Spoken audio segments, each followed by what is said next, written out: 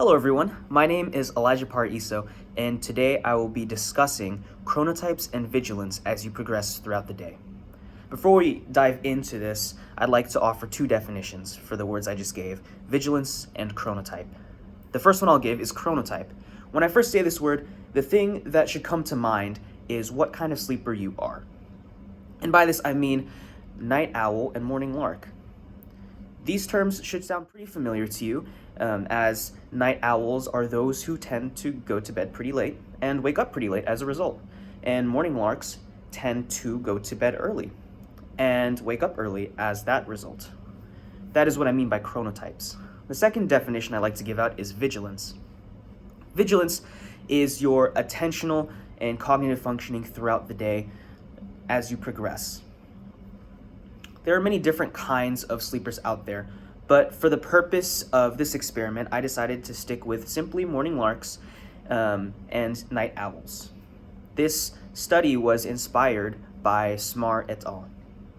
In this study, the chronotypes were determined and were hypothesized to be affected by social jet lag and results in differences in the students' grades.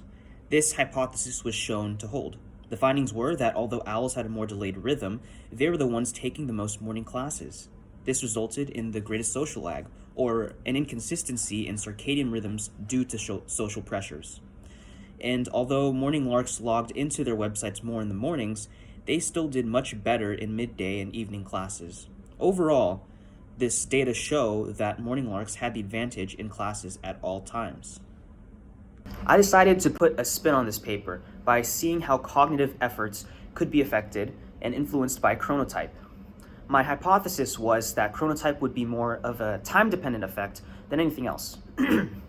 As you saw in the Smarr et al. Graphic, it showed that morning larks did better than night owls in every single category. My hypothesis was something different. I thought perhaps morning larks would be more attentive in the morning and night owls would be more attentive in the evening. Thus, I wanted to show how different grades were and how compared to attention and cognitive effort throughout the day. To do this, I enlisted the help of two friends. One I knew to be a night owl, and the other one professed to be a morning lark. I also participated in this study and considered myself a morning person. However, I couldn't go just based off of the good word of my friends. I also wanted to check exactly what their schedule was. So to do this, for the first part of the experiment, I did a simple screening process. This process included using a sleep diary where the participants would track their sleep data when they went to bed, when they woke up, if they had any disturbances throughout the night. We did this for about 1 week, and we were proven to be correct. There were 2 morning larks and 1 night owl. And the second part of the experiment was where things got interesting. This is where we truly tested the hypothesis. To do this, I utilized the psychomotor vigilance task, PVT for short. What PVT basically is testing how sleepy one can be at a certain time of day. It utilizes a computer screen, and whenever a red number shows up, you simply click on that. This process continues for about 2 minutes, and your average response time is taken. We took these response times for about a week for 2 times each day, 9 to 11 a.m. and 10 to 11 p.m. The results of this study showed that my hypothesis was correct. The average response time for the night owl was much lower in the evenings than in the mornings. And the morning larks did much better in the mornings than the evenings. And by better, I mean that the response times were quicker and thus they were much more attentive to the computer screen. Thus, it was shown that, relative to oneself, one's attention can be determined by their chronotype. There was one tricky thing with this experiment, however. The night owl did better than the morning larks in all response times, morning and evening. I thought this was very odd because in the Smarr et al. Experiment, the morning larks did better than the night owls in every single way.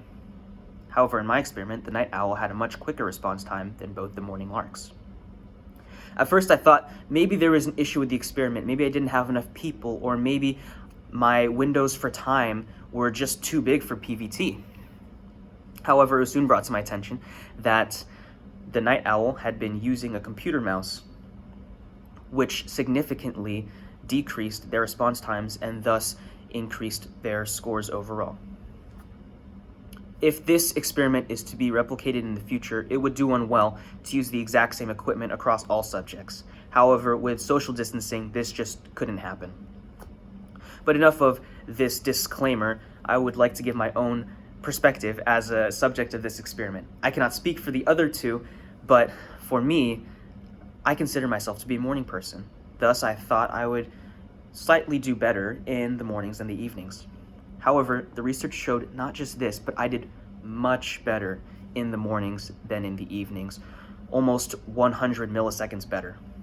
I found this to be very odd because I found myself putting my work in the evenings when my attentional functioning was much lower than in the mornings. I found myself doing the PVT test in the evenings and starting to nod off and start to not pay attention and thinking to myself, this is so boring. And the PVT test is boring. That's the whole purpose of it. But I found myself really prepared to go to sleep. This experiment showed me that I should properly apportion my time throughout the day, that I can do more work in the mornings and in the afternoon rather than the evenings when I'm gearing up to go to bed. Overall, this experiment was a tremendous use for me in understanding chronotype and understanding vigilance throughout the day, and I hope you can take something away from this too. Thank you.